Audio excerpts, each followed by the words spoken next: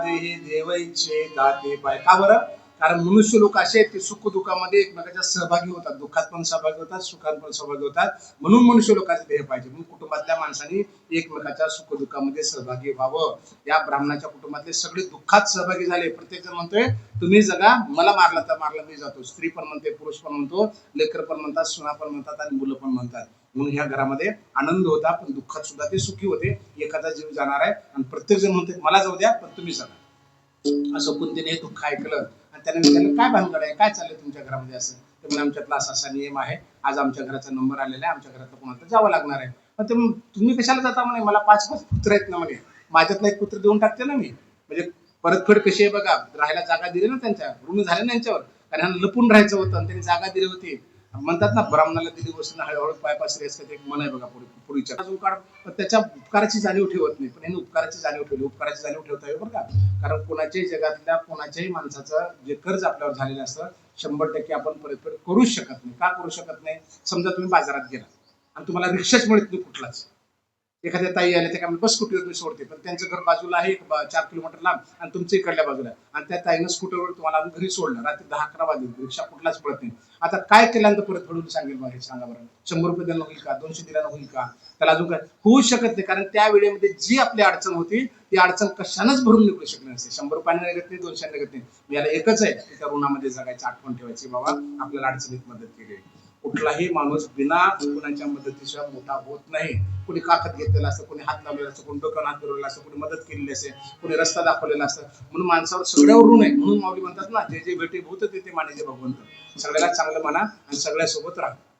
असो, ह्या एक चक्री नदीमध्ये असंच झालं. कोणती म्हणाले की मला 5 पुत्र येतात, त्यातला एक लेकरू पाठवते. भीमाला जेव्हा कळलं, भीम भयंकर आनंदी झाला. का? अरे बरेच दिवसावर एवढं अन्न खायला मिळणार म्हणजे गाडी भरलेला आपल्याला, मी जातो. आणि भीम तिथे गेले.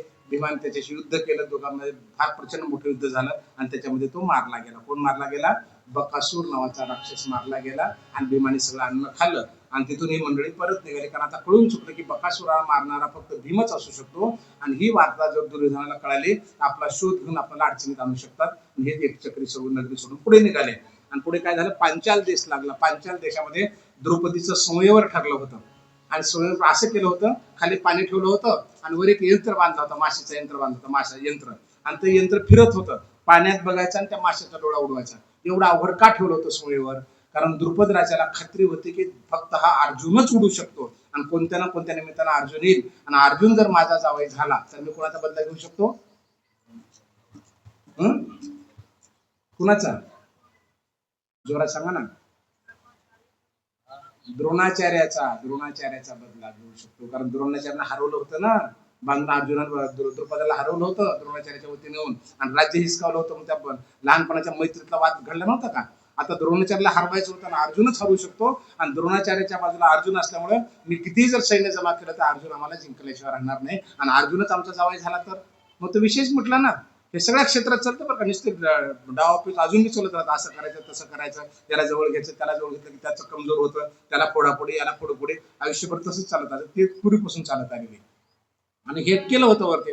पण अर्जुन तर अज्ञातवासामध्ये फिरत होते बाहेर, पण माहित नाही काय योगाला, पण त्याच्या मनातलं पक्क होतं. अनेक राजे आले, प्रत्येकाने प्रयत्न केला, कुणालाही ते जमलं नाही. त्याचा दुर्योधन पण आला होता, कर्ण पण आला होता. आणि कर्ण उभा राहिल्याबरोबर द्रौपदी काय म्हणाली? मी सुतपुत्राशी लग्न करणार नाही, मी याच्याशी लग्न करणार नाही, त्यामुळे ह्याला बांध देऊ नका, ह्याला डोळा उडवायचा नाही. म्हणजे ब्राह्मण स्वरूपामध्ये जी मंडळी होती, 5 पांडव होती, ब्राह्मण वेशामध्ये होते, हे सगळे तिथे आले. आणि अर्जुनानं तो पक्षाचा म्हणजे तो बाण मारला आणि त्या यंत्रातला डोळा उडवला. द्रौपदीशी त्यांचं लग्न तिथे झालं. आता या द्रौपदीला घेऊन घरी आले. घरी आल्यानंतर आई पूर्व दिशेला तोंड करून काहीतरी भाजी काढत होती किंवा दळणाचं काहीतरी बघत होती, गहू ज्वारी काहीतरी निवडत असेल तिथं. आणि अर्जुनानं हसत हसत मला, आई आम्ही काय आणले बघ, काय काय जिंकून आणले बघ, काय आणलं बाळा ना तुम्ही? जे काय आणलंय ना, आम्ही वस्तू आणली म्हणजे जिंकून, वस्तू आणली जिंकून, मग 5 भावामध्ये वाटून घ्या ना बेटा, असं म्हणाल. तिकडे तोंड आहे पूर्व दिशेकडे, बघितलं सुद्धा नाही करून. म्हणजे ही ताकद बघा बरं का, आईच्या शब्दाची 5 पावलांनी मान्य केलं. हादरले ना, ही वस्तू थोडीच आहे. म्हणजे स्त्रीला वस्तू म्हणायला पाहिजे का? नाही, चूक केली फार मोठी तिने, आणि त्याचे परिणाम सगळ्याला भोगावे लागले. मग 5 पांडवामध्ये वादविवाद सुरू झाला. द्रौपदाला कळलं, द्रौपद राजाला की असं असं घडलेलं आहे, नाही असं होऊ शकत नाही. तर कृष्ण परमात्म्याने भेट घेऊन सांगितली ते इतर कोणी नसून साक्षात अर्जुन आहे आणि त्याची भाव आहे. तर मग द्रौपद राजाला कळल्यानंतर त्याला आनंद वाटला की आपली जी इच्छा होती तोच झालेला आहे. आणि हिच्या नशिबात जर असेल तर मागच्या जन्मामध्ये असं घडलं होतं, असं कथा येते. द्रौपदीनं प्रचंड तपश्चर्या केली, महादेवाची प्रचंड तपश्चर्या केली. महादेव प्रसन्न झाले. महादेवाने सांगितलं काय पाहिजे तुला? ते म्हणजे मला असा एक नवरा पाहिजे, इतका सुंदर असला पाहिजे. बर तथा असतो. अजून काय पाहिजे? माझा नवरा असा बलशाली असला पाहिजे. बर तथा असतो. अजून माझा नवरा असा धनुधर असला पाहिजे. असं माझा नवरा बुद्धिवान असला पाहिजे. माझा नवरा सुंदर असला पाहिजे, शक्तिशाली असला पाहिजे, चंचल असला पाहिजे. 5 प्रकारचे पती मागितले. महादेवाने हो हो तथा असतो म्हटलं आणि ते 5 पतींनी एकात थांबायच्या दम लागू लागूपर्यंत पुन्हा पुन्हा पुन्हा मागत गेले, प्रत्येक स्वरूप मागत गेलं. असं कथा येते त्याच्यामध्ये. त्या कथेनुसार हे 5 पांडव त्यांचे पती झाले, अशी कथा इथे येते. आता याच्यानंतर दुर्योधनाला ही बातमी कळली. अतिशय वाईट वाटलं दुर्योधनाला की पांडव जिवंत आहेत. आपल्याला असं वाटलं की आपण लाक्षागृहामध्ये त्यांना जाऊन मारलेलं आहे, पण पांडव जिवंत आहेत. आता त्यांना राज्य देण्याशिवाय पर्याय नाही. लोक मध्यस्थी झाले आणि त्यांना खांडवन देण्यात आला. अतिशय मोठा जंगल, नुसता डोंगर दरी असलेला खांडवन त्यांना देण्यात आला आणि या पांडवांनी त्याला अतिशय सुंदर असे राज्य बनवलं. महिषासुराच्या मदतीनं केलं. 23 वर्ष राज्य तिथे झालं. अशा प्रकारे अर्ध महाभारत तिथे संपतं. म्हणजे 2 मिनिटं आपण थोडंसं भजन करूया. श्री कृष्ण गोविंद हरे मुरारे, नाथ नारायण वासुदेव. श्री कृष्ण गोविंद हरे मुरारे, नाथ नारायण वासुदेव. पाय मोकळे करून घ्या. श्री कृष्ण गोविंद हरे मुरारे, नाथ नारायण वासुदेव. हे नाथ नारायण वासुदेव. हे नाथ नारायण वासुदेव. हे नाथ नारायण वासुदेव. नाथ नारायण वासुदेव.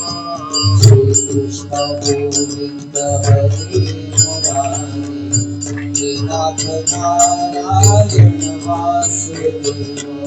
श्री कृष्ण गोविंद हरे मुरारे, नाथ नारायण वासुदेव. हे नाथ नारायण वासुदेव. हे नाथ नारायण वासुदेव. हे नाथ नारायण वासुदेव. हे नाथ नारायण वासुदेव. श्री कृष्ण गोविंद हरे मुरारे, हे नाथ नारायण वासुदेव.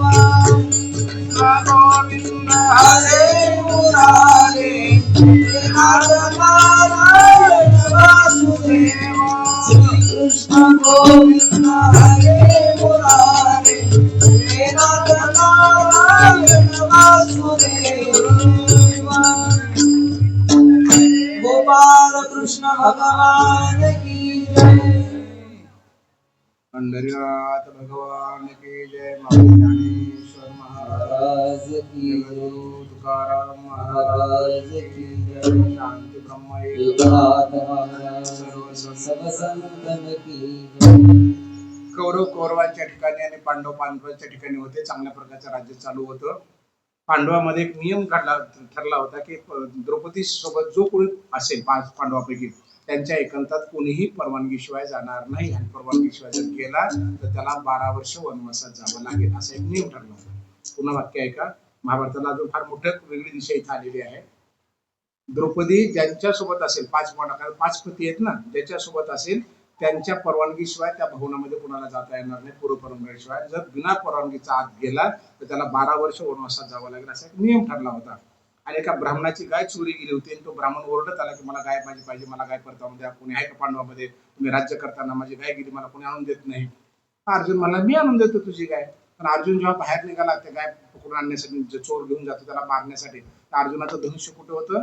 युधिष्ठिर आणि द्रौपदी ज्या खोलीमध्ये होते, ज्या भवनात होते तिथं होतं. आता मध्ये जायचं होतं. जोर जोरात दार आपटलं, पुन्हा पुन्हा ओरडा केला तरी द्रौपदी पण आवाज देणार आणि युधिष्ठिर पण आवाज देणार. खूप कोणी म्हणणार. अर्जुनानं दार लोटलं, मध्ये घुसला, धनुष्य उचललं. आता नियम तुटला. आता 12 वर्ष वनवासात जावं लागणार हे पक्क माहित होतं अर्जुनाला, कारण आपण दार तोडलं होतं. पण 12 वर्ष वनवासात जावं तर लागलं. पण याच्यापेक्षा काय महत्वाचं होतं? धर्माचं पालन करणं. धर्म काय होता? की त्या ब्राह्मणाला त्याची गाय चोरापासून परत आणून, हा धर्म होता. तुकाराम महाराजांचा अभंग आहे, संतांचा जन्म सुद्धा धर्माच्या पालनासाठी असतो. कृष्णाचा अवतार सुद्धा धर्माच्या पालनासाठी झाला. पाहिलं ना आपण, हिदायत धर्मशय. आणि संत सुद्धा ते सांगतात की किती अडचणी आल्या, जर तडजोड करायची वेळ आली दोन कारणामध्ये, तर धर्माला प्राधान्य द्यावा. धर्माचे पालन, धर्माचे पालन, धर्माचे पालन, धर्माचे पालन करणे पाखंड करणे पाखंड नाही तिची आम्हा करणे काम, तिची आम्हा करणे काम. धर्माचे पालन करणे पाखंड करणं हेच यावा करणे काम, नाही बिडवार तुका म्हणे साना थोर. म्हणजे धर्माचं पालन जर दोन गोष्टी घडल्या, द्विधावस्था जर असेल तर कुणाला प्राधान्य द्यावं, तर धर्म ज्या बाजूला जास्त आहे त्या बाजूला प्राधान्य द्यावीत अपेक्षित आहे. धर्माचं रक्षण करण्यासाठी, दिलेल्या शब्दाचं पालन करण्यासाठी, त्याच्यावर अन्याय झाला, त्याची गाय चोरीला झाली, आपल्याला शिक्षा झाली तर झाली, 12 वर्ष वनवासात जावं लागलं तर लागलं, म्हणून अर्जुन मध्ये घुसला, धनुष्य घेतलं आणि त्याची गाय परत आणून दिली. आता 12 वर्ष वनवासात जावं लागलं, तिथून वनवासात निघाले, तपश्चर्या करत करत पुढे नागराज कन्या उलुकी तिथं भेटली, ती मोहित झाली, दोघांमध्ये तिथं लग्न झालं, त्यांना मुलबाळ वगैरे झालं. पुढे मणिपूरला आले, चित्रवन राजाची चित्रांगदा नावाची मुलगी होती, ती मोहित झाली, तिच्यापासून त्यांना मूल झालं तिथे. असं फिरत फिरत पुढे आले, श्रीकृष्णाची भेट झाली अर्जुनाची, अर्जुनाला द्वारकेला घेऊन गेले कृष्ण परमात्मा. कारण अर्जुन एकटा निघाला बरं का 12 वर्ष वनवासामध्ये. कारण कशामुळं, नियम तोडलेला आहे. नियम काय होता की द्रौपदी सोबत कुठलाही पती जर मध्ये असेल 4-5 भावापैकी, त्यांच्या परवानगीशिवाय आज जायचं, एकांत तोडायचं नाही. एकांत अर्जुनाकडून तुटला गेला तर धनुष्य आणण्याच्या निमित्तानं, म्हणून 12 वर्ष वनवासात फिरतोय. कोणाकोणाशी लग्न झालं, उलुकीशी लग्न झालं, चित्रांगदाशी लग्न झालं, आणि पुढे द्वारकेला अर्जुनाची कृष्णाची भेट झाली. रस्त्यामध्ये कृष्ण त्याला अर्जुनाला आपल्या द्वारकेला घेऊन गेले. कृष्णाची बहीण सुभद्रा होती, दोघांनी एकमेकाला पाहिलं आणि सुभद्रा मोहित झाली. आता ते बघतात, दोघांचं लग्न ठरलं, कारण म्हणजे ते दुर्योधनाला त्याला द्यायची होती असं ठरलं होतं पूर्वी. आता तिथून डबल राग वाढला, तर परत जिवंत राहिले आणि द्रौपदीशी लग्न पण होऊ लागलं. द्रौपदीशी झालं, द्रौपदी पण मिळाली नाही आणि सुभद्रा पण मिळाली नाही. म्हणजे हा राग वेगळ्या प्रकारचा सगळा महाभारत घडायला कारणीभूत आहे. कृष्णानं आपली बहीण त्याला देण्याचं मान्य केलं आणि द्रौपदीला पण, कोणाला, सुभद्रेला पण पती म्हणून अर्जुन पाहिजे होता. सुभद्रा स्वतः निमित्तानं गेली, देवीच्या पूजेच्या निमित्तानं अर्जुनाला इशारा केला. अर्जुन तिथे घेतला, हाताला धरलं, रथावर उचलून घेतलं आणि अर्जुनाचं त्यांचं लग्न झालं. दोघांमध्ये वाद झाला. कुणामध्ये वाद झाला? दोन भावामध्ये. दोन भाऊ कोण? कृष्ण आणि बलराम. की असं कसं काय झालं, आपली बहीण कशी केली, तू का बसला? अरे आपल्या बहिणीचं अपहरण त्यांनी केलं का बहिणीनं त्याचं केलं, विचारा ना.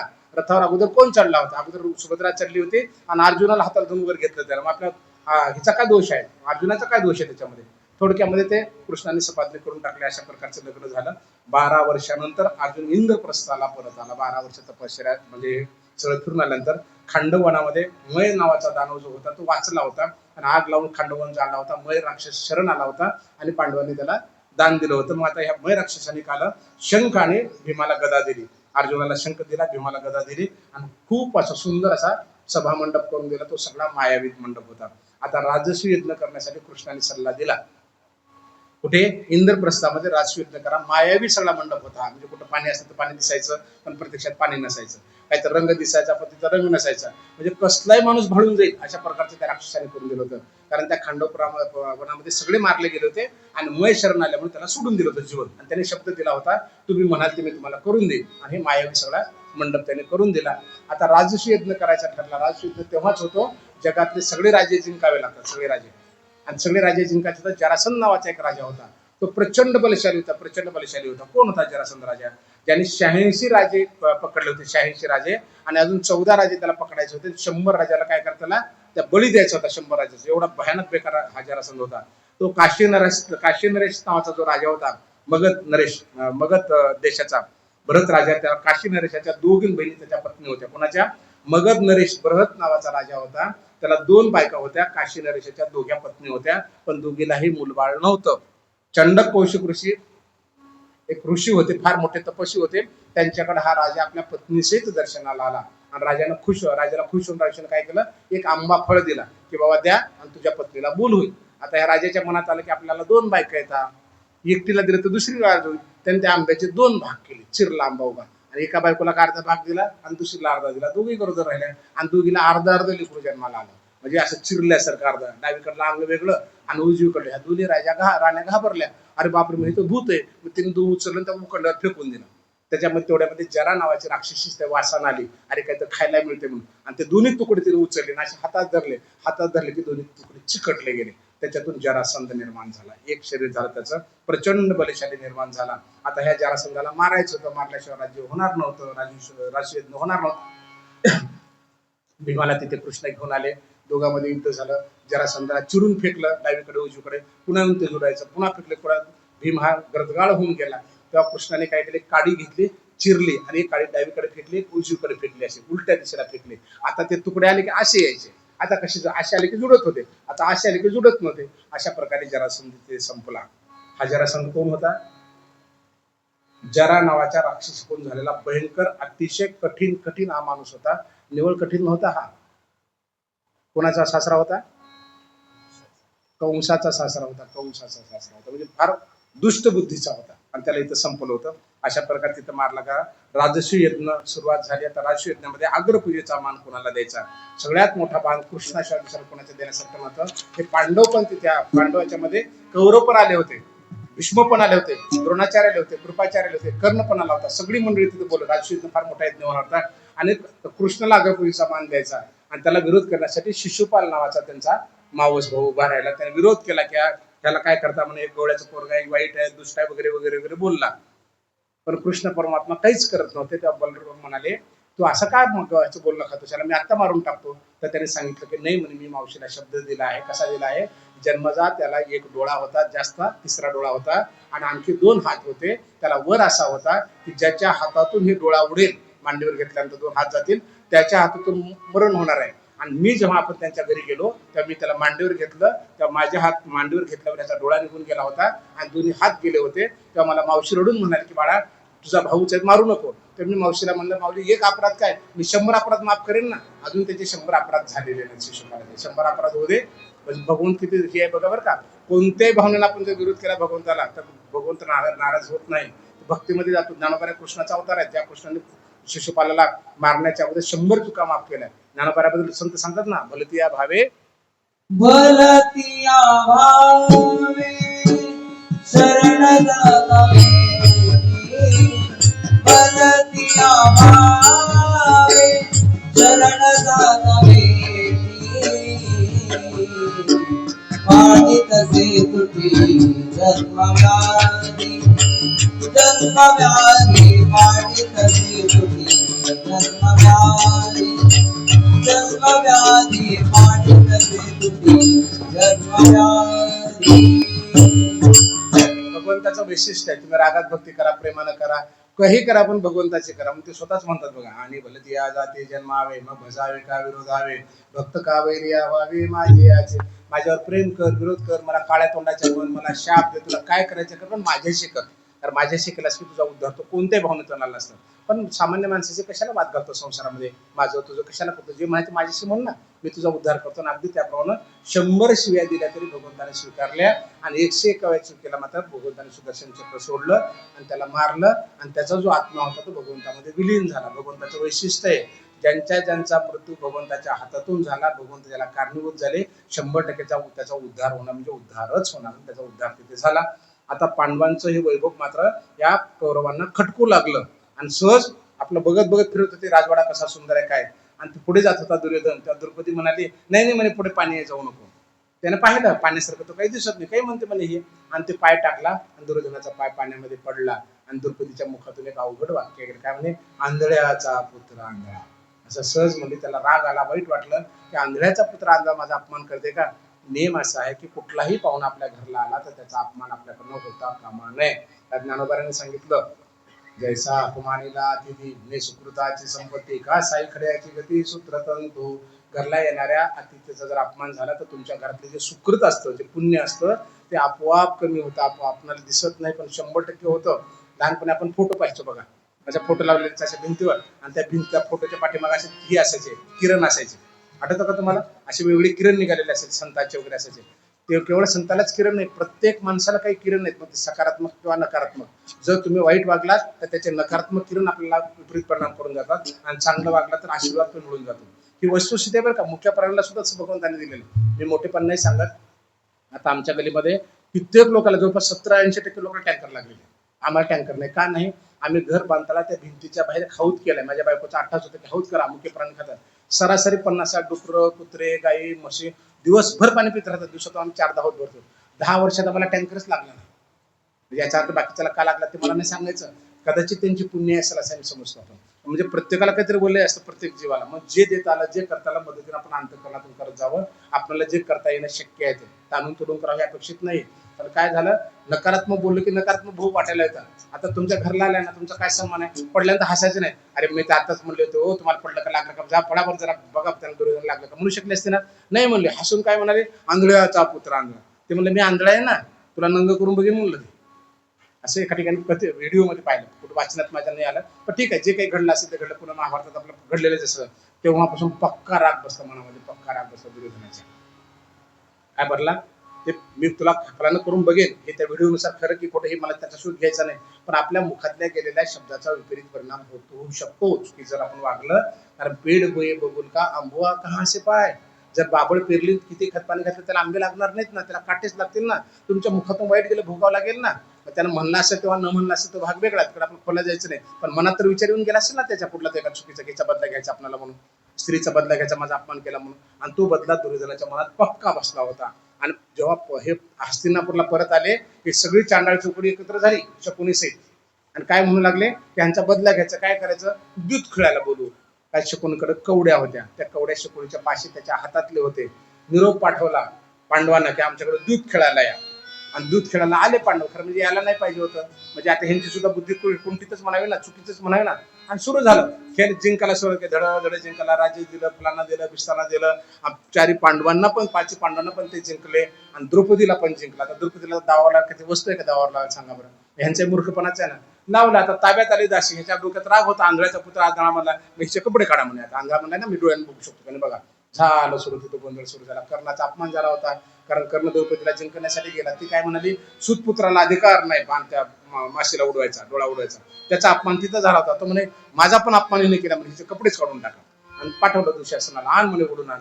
आणलं, उडून उभं केलं. वस्त्र फेडू लागले. पांडू दास झाले होते. ते काही विरोध करू शकत नव्हते. मग वस्त्र कोणी दिले, भगवंताने, कृष्ण भगवंताने वस्त्र दिले. कौरवी पांचाळी सभे माझी आणि सभे माझी आणि वस्त्रे हरणी वस्त्रे वस्त्र हरणी वस्त्रे कैसी झाली माहुली.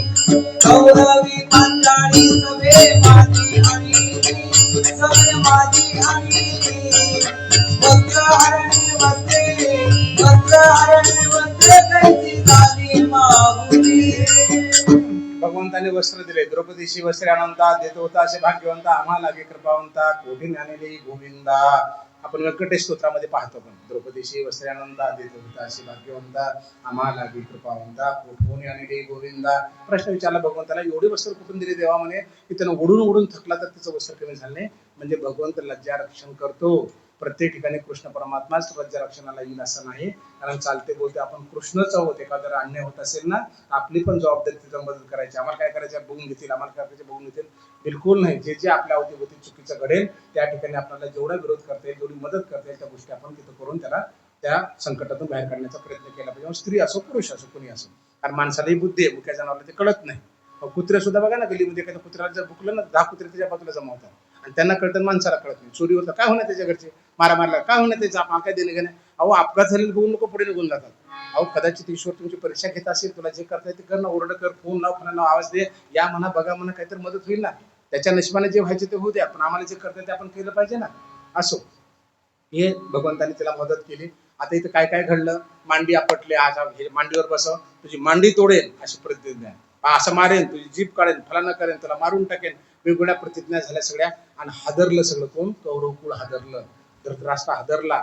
आणि द्रौपदी काय म्हणाली, मी आता तुम्हाला शाप देते, शाप देते म्हणल्यावर गांधारी पळत आली आवाज ऐकून. थांब पुत्री म्हणे, असं नको करू, तुझं राज्य तुला परत करून टाकू, आम्हाला शाप वगैरे देऊ नको. म्हणजे काय ताकद होती द्रौपदीमध्ये बघा. शाप दिला असता तर कौरव कदाचित सगळे नष्ट झाले असते. आणि ह्या ताकदीला घालून ते हादरले, राज्य परत गेलं, पुन्हा इंद्रप्रस्थाला परत गेले, पुन्हा निरोप पाठवला दूध खेळायला. आता यायला पाहिजे का सांगा बरं. आपण आपल्याकडे म्हण आहे ना, दूध पोळलं तर ताक सुद्धा फुकून प्यावं. आता एकदा एवढा हारलं, द्रौपदीचं वस्त्रहरण झालं, तर याला पाहिजे कसा पुन्हा खेळायला आले तिथं, अजून हे परत आले खेळायला. आणि कवड्या टाकणारा कोण? शकुनी मामा. त्याला सगळं संपवायचं होतं. आता ठरलं की 12 वर्ष वनवास, आणि पुन्हा जर 12 वर्षाचा नंतर 1 वर्ष अज्ञातवास, आणि अज्ञातवास जर उघड झाला तर पुन्हा 12 वर्ष, म्हणजे पांडवांनी पुन्हा परत याचं कामच नाही. अशा प्रकारे झालं. पुन्हा खेडे हे सगळे हारले सगळे. 12 वर्ष वनवासात निघाले. कुंतीला मात्र विदुराने थांबून घेतलं. म्हणजे 5 पांडव आणि द्रौपदीला वनवासात जाऊ द्या. आणि वनवासात करत करत हे सगळे फिरू लागले, जंगलाने फिरत राहिले. 12 वर्ष अशा प्रकारे संपले.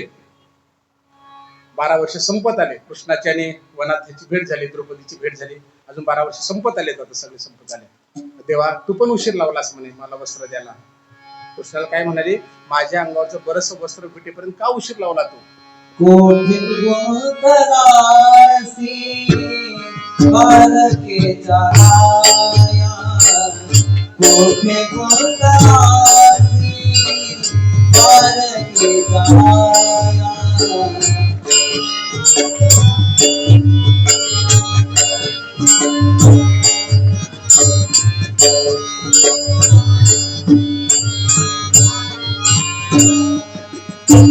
वेळवास गया लावियेला, वेळवास गया लावियेला, दीनानाथ वीर सांभाळिया पोरे, दीनानाथ वीर सांभाळिया पोरे. नको पाहू गेले पाप पुण्य, नको पाहू गेले पाप पुण्य, दीनानाथ वीर सांभाळिया पोरे, दीनानाथ वीर सांभाळिया पोरे. द्रौपदीने विचारलं, कृष्णा तुला काय वेळ लागला? माझे एवढं वस्त्र भेटेपर्यंत, म्हणजे अंतर्वस्त्राला हात लागेपर्यंत मला वस्त्र काय नाही दिलं? तेव्हा कृष्णाने सांगितलं, तू मला काय म्हणून हाक मारली? ते म्हणाले, गोकुळच्या वृंदावनच्या मथुरेच्या कृष्णा धाव. अगं बाई, मी तुझ्या हृदयातच होतो ना, मग तुझे शब्द खरे करण्यासाठी मला गोकुळला जावं लागलं, वृंदावनला जावं लागलं, मथुरेला जावं लागलं, आणि तिथून परत येईपर्यंत तुझं वस्त्र फिटलं. त्याला मी काय करणार? म्हणजे काय जाय, जवळी आहे परी भेटणार म्हणलं. सगळ्या जवळच्या भगवंताला आपण दूर राहतो. भगवंत कुठे? तुमच्या आमच्या हृदयामध्येच आहे. हनुमंतराच्या हृदयामध्ये आहे, सावता महाराजांच्या पोटामध्ये आहे, आमच्या हृदयात नाही, आमच्या पोटात नाही आहे ना, पण आपण बघतच नाही तिकडे. सर्वभूतीरामध्ये हरिही सूर्यप्रकाश, सूर्यप्रकाश,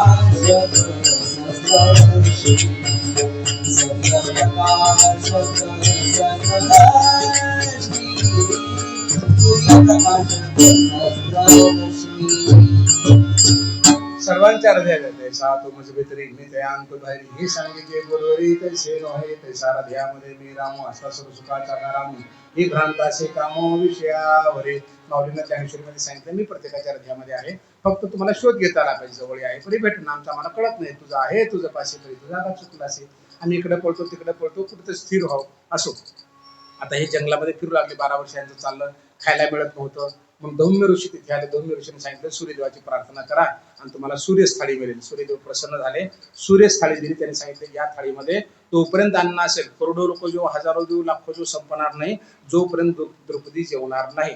द्रौपदी वाढेल तोपर्यंत कुणालाही कमी पडणार नाही, असं तिथं त्यांना ते पात्र देण्यात आलं. आणि त्या आनंदामध्ये यांचे ऋषी आले, कोण आले, ते सगळ्याचे जेवण व्हायचे. आणि सगळ्यात शेवटी द्रौपदी जेवायचे, आणि मग त्याचा भांड्यातलं अन्न संपायचं. द्रौपदीचे कृष्णाची भेट झाली, सगळं सुख दुःख तिथं संपून गेले. अर्जुन तपश्चर्या बसला होता, तेवढ्यामध्ये एक डुक्कर, राक्षसानं डुकराचं रूप घेतलं होतं, आणि तिथून गोंधळ घालू लागला. अर्जुनानं बाण काढला आणि त्या डुकरावर सोडला. तेवढ्यामध्येच किराट नावाच्या एका कोळ्यानं पण बाण सोडला. दोघाचा बाण एकदाच त्या डुकराला लागला. दोघांमध्ये भांडणं सुरू झालं. अर्जुन म्हणतो मी मारलं, आणि तो किराट म्हणतो मी मारलं. आता दोघांमध्ये युद्ध सुरू झालं. अर्जुनानं काय केलं, आता तुला हारूनच दाखवतो, आणि शंकराचा धावा केला. कशासाठी? शंकराचं पशुपास्त्र त्याला पाहिजे होतं. शंकराचा धावा केला. तो किराट जो होता तो शंकर म्हणून उभा राहिला, कारण पशुपास्त्र कुणाला मागणार होता? शंकराला. तो किराट कोण होता? तोच शंकर होता. शंकराचा धावा केल्यावर साक्षात शंकर तिथे उभा राहिले. ते खुश झाले, म्हणाले वा, तुझ्यामध्ये फार ताकद, तुला काय पाहिजे? मला फलाना फलाना अस्त्र द्या. भगवंतांनी त्याला पशुपास्त्र दिलं. शंकराचं पशुपास्त्र त्याला मिळालं. असो, मग आता 12 वर्षातलाच काही कालावधी शिल्लक होता, तेव्हा अर्जुन इंद्राकडे गेला. कारण अर्जुन हा इंद्राचा पुत्र आहे. मातली नावाच्या आपल्या रथ हाकणाऱ्याला इंद्राने रथ देऊन खाली पाठवलं की अर्जुनाला वर घेऊ नये, त्याला काही विद्या शिकवायच्या येतात. आणि इंद्राच्या दरबारात गेला, इंद्रासोबत राहायला, बऱ्याच विद्या शिकल्या. तिथं उर्वशी होती, उर्वशीचं मन याच्यावर गेलं आणि ती उर्वशी काय म्हणाली, मला तुझ्यासोबत शरीर संबंध ठेवायचे. अर्जुन मला नाही, माझे आजोबा पंजोबा तुमच्यासोबत राहिलेले आहेत, तू माझ्या आजी पणजीच्या आईच्या पेक्षा सुद्धा पुढचे आहेस, त्याच्यामुळे माझ्या मनात पाप येणार नाही. आणि तिने शाप दिला, जा म्हणे तू नपुसक होऊन जाशील. तर हा दुःखी झाला. इंद्राने मध्यस्थी केली, तुझा शाप खरा ठरेल, पण फार मोठ्या कालावधीस नको देऊ शकू, एखाद्या वर्षासाठी दे. आणि 1 वर्षासाठी तो शाप अर्जुन नपुसक होण्याचा आला आणि सांगितलं की हा शाप तुझ्या कामाला येणार आहे, अज्ञातवासामध्ये कामाला आहे. आणि त्या हे सगळं इंद्राकडला अस्त्र शस्त्र घेऊन अर्जुन पृथ्वी तलावर परत आला. आणि आता पृथ्वी तलावर परत आल्यानंतर भीमाला मात्र फार मोठा गर्व चढला होता की माझ्यासारखा बलशाली कोणी नाही. अर्जुनाला वाटायचं की माझ्यासारखा बलशाली कोणी नाही. आणि हा दोघाचा गर्व घालवण्यासाठी कृष्णाने युक्ती लढवली. जेव्हा भीम फुलं आणण्यासाठी गेला तेव्हा एक वानर आपलं शिपूट लांब टाकून त्या रस्त्यावर बसलं होतं. त्या वानरांना हा काय म्हणे, मला अपशकून होतो, इथं उचल म्हणे तुझं हे काय, उचल शेपूट उचल. त्या वानराने सांगितलं, बाबा माझ्यामध्ये एवढी मोठी ताकद नाही, तू बलशाली असता, तूच माझं शेपूट उचल. आणि भीमाने प्रयत्न केला, किती प्रयत्न केला तर शेपूट उचलत नव्हतं. भीमाचा गर्व हारला आणि त्या वानराला तो म्हणाला की आपलं खरं रूप दाखवा. मारुतीरायांना आपलं विराट रूप दाखवलं आणि यांनी माफी मागितली की माझं चुकलेलं आहे. अर्जुनाला पण असाच गर्व आला होता की माझ्या बाणानं मी कोणालाही मारू शकतो. आणि तेव्हा हनुमंतराय तिथे आले आणि दोघांमध्ये चर्चा सुरू झाली. तुम्ही हनुमंतराय, हो हनुमंतराय, काय करू शकतो म्हणे. आणि हनुमंतरायने प्रभू रामचंद्राने असं शेत बांधायची काय गरज होती, उडून जायला पाहिजे होतं, फलानं करायला पाहिजे होतं, रथ मी जर असतो तिथे तर बाणाचा पूल केला असता. अर्जुन म्हणाला. तर त्या बाणाराने सांगितलं, म्हणजे हनुमंतराने रूप न दाखवता सांगितलं, अरे बाबा तुझ्या बाणावर कसे टिकले असते, बाणावर प्रचंड बलशाली होते, उड्या मारा जर गेल्या तुझा बाण तुटला, शक्यच नाही म्हणे, असं होऊच शकत नाही. अर्जुन म्हणाला, कारण त्याचा गर्व होता. तो म्हणला, मी जर बाण कर तू तोडू शकशील का. त्याने सांगितलं, हो मी तोडू शकतो, मी तोडू शकतो, तुम्ही कोण आहात. हनुमंताने आपलं रूप दाखवलं. अर्जुनाने नमस्कार केला, पण अर्जुन म्हणाला की माझा बाणाचा हे पूल कोणी तोडू शकत नाही. हनुमंत म्हणाले, ठरलं म्हणे, मी तुझा जर पूल तोडला तर. अर्जुन म्हणाला की मी आत्महत्या करतो. आणि ह्याने सांगितलं जर पूल नाही तुटला तर. हनुमंत म्हणाले, मी आत्महत्या करू शकत नाही, कारण का मी दीर्घकालीन आहे ना, मी ब्रह्मचारी पण आहे, सूर्य चंद्र जोपर्यंत पण मी जिवंत राहणार आहे म्हणे, त्याच्यामुळे मी आत्महत्या काय करू शकत नाही, पण तुझं म्हणणं मान्य करेल, तुझ्या सेवेला मी येईन. केला, पाण्याचा पूल तयार केला. हनुमंताने राम जय श्रीराम उडी मारली की तो पूल तुटायचा. 3दा पूल तुटला. आता अर्जुनाने अग्नी पेटवला आणि आपला ध्येय सोडण्यासाठी अर्जुन तिथे गेला. तेवढ्यामध्ये कृष्ण परमात्मा ब्राह्मणाचं रूप घेऊन आले. म्हणजे काय चाललंय दोघांमध्ये, असं असं असं घडलं, याला कोण साक्षीदार आहे. नाही, कोणी साक्षीदार नाही. मग आता करून बघा ना माझ्यासमोर म्हणे. अर्जुनानं बाणाचा पूल तयार केला आणि कृष्णाने सुदर्शन खाली सोडलं. हनुमंतराने राम उडी मारले, 2दा 3दा टुकून बाजूला पडले. आणि हनुमंतराने विनंती केली की प्रभू आपलं खरं स्वरूप दाखवा. आणि कृष्णाने आपलं खरं स्वरूप दाखवलं. आता काय करायचं तर अर्जुनाच्या युद्धाच्या वेळेमध्ये ध्वजस्तंभावर तुम्ही सगळ्या पृथ्वीचं ओझं घेऊन बसायचं, हा शब्द दिला. युद्धामध्ये बघा तुम्ही त्या ध्वजस्तंभावरी वानरू तो मूर्तिमंत शंकरू सारथी सारंग गरुड अर्जुनेची देखा नवलतया प्रभूचे अद्भुत प्रेम भक्ताचे हे सारथ्य पण पाहताचे करीत्वासे ज्ञानोबा पहिल्या अध्यायामध्ये सांगतात. आणि त्या ध्वजस्तंभावर हनुमंतराय तिथे बसले. असा दोघांचा तिथला गर्व गेला. एकदा बलरामाचा सुद्धा गर्व भगवंताने असाच घातला. म्हणजे थोडक्यामध्ये कुणालाही गर्व आलेला भगवंताला आवडत नाही. भरी जरी होया अभिमान मेरू तो समान भारती मेरू तो समान भारती. तिळभर सुद्धा गर्व नको, तिळभर सुद्धा. कुणाला आलं की भगवंताचा स्वीकार करत नाही. पण अभिमानच टाकला पाहिजे. काम, क्रोध, लोभ या 3 गोष्टी आवडत नाहीत आणि अहंकार सुद्धा आवडत नाहीत. दुर्दैवानं नमूद करावं लागतं की अहंकार हा ज्ञानी माणसाला जास्त येत असतो. नवला अहंकाराचे गोटी विशेषेण लगे अज्ञानाचे पाठी सज्ञानाचे धोंबे कंठी नाना संकटे नाचवे. ज्ञानोबा ज्ञानेश्वरीमध्ये सांगतात, ज्या ज्ञानी माणसं असतात, बुद्धिवान माणसं असतात, मोठी माणसं असतात, त्यांनाच जास्त अहंकार असतो. सामान्य माणसाला अहंकार नसतो. म्हणजे अहंकारापासून दूर झालं की भक्ती अवघड नाही. असो, हे द्वैतवनामध्ये पांडव राहत होते. अज्ञान आपल्या ह्याच्यामध्ये वनवासात असताना दुर्योधनानं उपवास करण्याचं ठरवलं त्यांचा, म्हणजे टिंगल काढायची. काही लोक असतात बघा, एखाद्याला अडचणीत आणतात आणि त्याची मजा बघतात. आपण खाली उदाहरण पाहिलं ना माऊलींचं, गाडगं फोडून टाकलं त्याने. कोणी फाडलं, विसोबा खेचराने गाडगं फोडून टाकलं. आता मांडे कसे खाणार ते बघण्यासाठी ते झोपडी पेशाला काही गरज होती काय सांगा. गाडगं फोडलाच ना, पुरे झाले, शिक्षा दिली ना, काय काय करणार. पण ते बघण्यासाठी तिथे गेलं, माऊलीच्या पाठीवरचे मांडे बघितलं आणि मग घाबरून पाय धरले. आता दुर्योधनाने वनवासात गेलेत ना, बसव ना. कर्णाला सोबत घेतलं, दुःशासनाला सोबत घेतलं, शकुनीला सोबत घेतलं आणि ह्यांची मजा बघण्यासाठी जिथे हे थांबले होते त्या थोड्याशा अंतरावर जाऊन थांबले तिथे. कोण? हे सगळे कौरव जाऊन तिथे थांबले आणि दारू वगैरे पिले, खाणं पिणं प्रचंड केलं. आणि चित्रसेन राजा तिथे थांबला होता, गंधर्व चित्रसेन, आणि त्याच्यासोबत त्यांच्या मुली बायका वगैरे सगळ्या होत्या. आणि दारूच्या नशेमध्ये जाऊन एका स्त्रीचा हात धरला दुर्योधनाने, आणि चित्रसेनाच्या ह्या गंधर्वाच्या सगळ्या सैन्याने त्याला पकडून टाकलं, कारण हे नशेत होते सगळे, बांधून टाकलं सगळं. आणि ही बातमी जेव्हा पांडवाला कळाली, त्या युधिष्ठिराने सांगितलं की काही जर आपले भाऊ आहेत, संकटाच्या वेळेस त्यांना वाचवलं पाहिजे, मदत केली पाहिजे. आणि दुर्योधनाची तिथून सुटका केली. दुर्योधनाला अतिशय वाईट वाटलं की ज्यांच्यावर आपण विरोधात करायला आलो त्याच लोकांनी आपल्याला सोडलं, अपमान वाटला. आणि दुर्योधन भयंकर खजील झाला, म्हणजे थोडक्यामध्ये सगळे तिथे हारले. आता दुर्योधन एवढ्यावर नाही थांबला. दुर्वास ऋषी दुर्योधनाकडे आले होते, काही दिवस राहिले होते. दुर्वास ऋषी प्रचंड रागीत आहेत. आपण पाहिलं अंबरीश ऋषीला त्रास झाला दुर्वास ऋषीचा, म्हणजे कुठंच नाही, दुर्वास ऋषी कुणालाच जुमानत नाही. आणि ह्याच्याकडे कौरवाकडे थांबले. कौरवांनी प्रचंड सेवा केली त्यांची, राजवाड्यात आहेत ना, खायला प्यायला सगळ्या गोष्टी केल्या. आणि दुर्वास ऋषी म्हणाले, दुर्योधना तुझ्या भक्तीवर मी खुश आहे, तुझ्या सेवा, तुला काय पाहिजे सांग. म्हणे एकच करा, म्हणे आमची जशी सेवा घेतली ना तसं आमच्या बांधवाची पण घ्या ना जंगलात जाऊन, तर त्यांना पण तुमची सिद्धी मिळू द्या. म्हणजे खोडसाळपणाने पाठवलं, म्हणजे सेवेमध्ये ते कमी पडले की दुर्वास ऋषी शाप देतील आणि पांडव आपोआप नष्ट होऊन जातील, आपलं युद्ध करायची गरजच पडणार नाही. आणि दुर्वास ऋषी 10,000 सैनिक घेऊन आले, आपले शिष्य घेऊन आले. तिथे आले, पांडव पुढे आले. पांडवांनी विनंती केली की या महाराज काय करावं. नाही, आम्ही आता स्नान करून येतो, आम्हाला 10,000 लोकांना जेवायला ताबडतोब करा. आता 10,000 ठीक आहे म्हणे, हे स्नानाला तिकडे गेले. युधिष्ठिरला असं वाटलं की आपल्याकडे सूर्यस्थाळी आहे ना, 10,000 लोकांना जीव घालू. घरी द्रौपदीला सांगितलं. द्रौपदीने सांगितलं माझं आत्ताच जेवण झालेलं आहे, आज काही आपल्याला जेवण मिळणार नाही. आणि कृष्णाचा धावा केला. कृष्णा तिथे आले. कृष्ण काय म्हणे, मला फार भूक लागली, मला फार भूक लागली. आणि ती म्हणे, देवा तुला ह्यासाठी तर बोलवलेलं आहे, अरे काहीतरी असं तुझ्या थाळीमध्ये. आणि ते थाळी काढली, त्याच्यामध्ये एक कण होता, फक्त एक. द्रौपदी शिवश्री आनंदा देत होता, अशी भाग्यवंता आम्हाला कृपा म्हणतात, कोठून आणि गोविंदा मायेची करून द्रौपदी सती बसवली अंगावर. ऋषी शिवराच्या बसल्या कुंती तृप्त केल्या क्षण मात्रे, एक कण खाल्ला.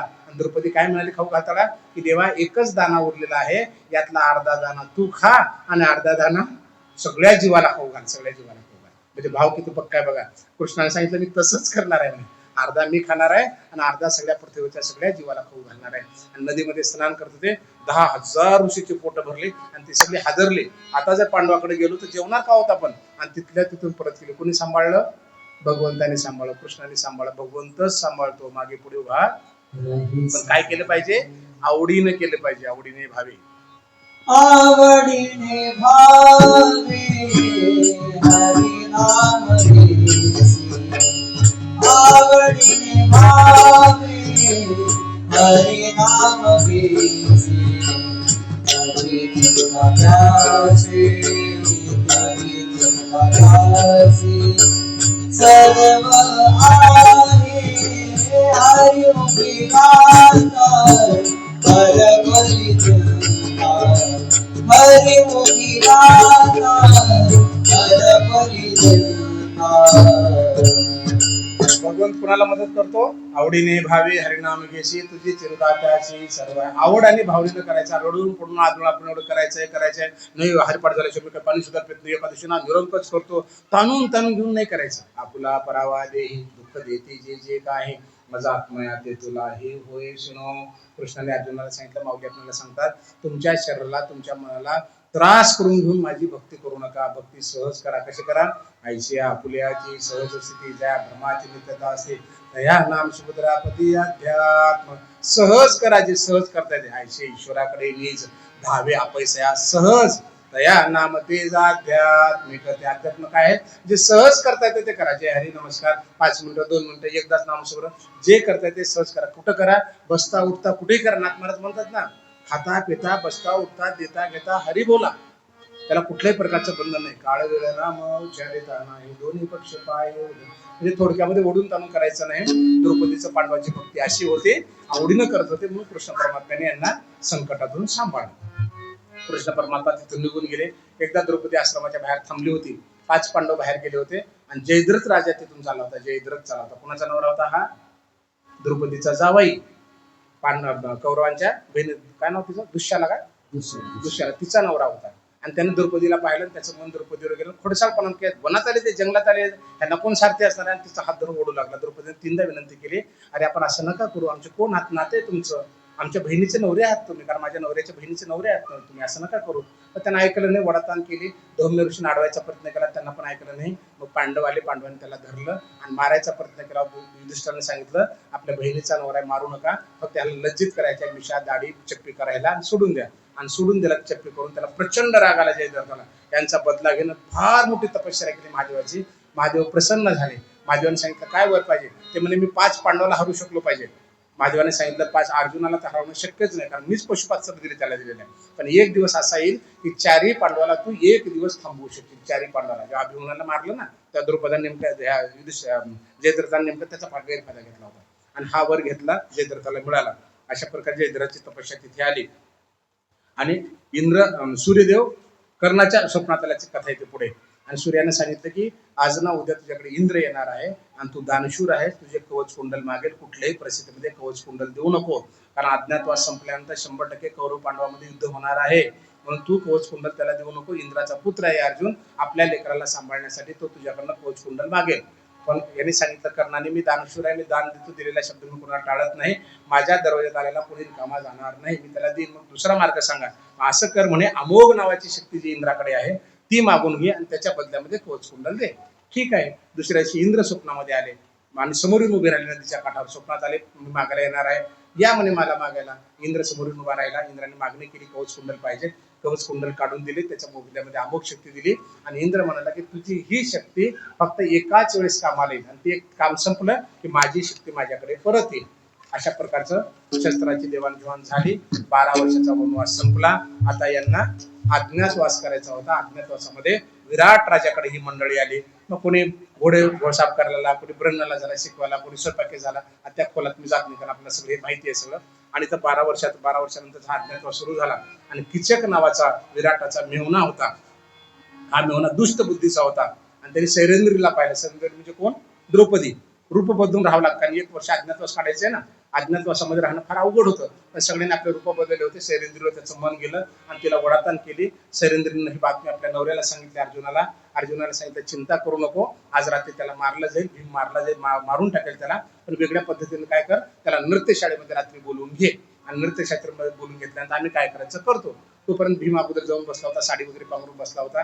याला वाटलं द्रौपदी आली, जवळ गेला, दोघांमध्ये भांडणं झाले. भीमाने त्याला मारून टाकलं आणि ही बातमी वाऱ्यासारखी चौकडे पसरली. आता दुर्योधनाला कळून चुकलं की याला मारणारा फक्त एकच असू शकतो, तो म्हणजे भीम, कारण किचकाला दुसरा कोणीच मारू शकत नाही. आता यांना उघडं पाडण्यासाठी आपलं सैन्य घेऊन तो विराट नगरीवर युद्धासाठी आला.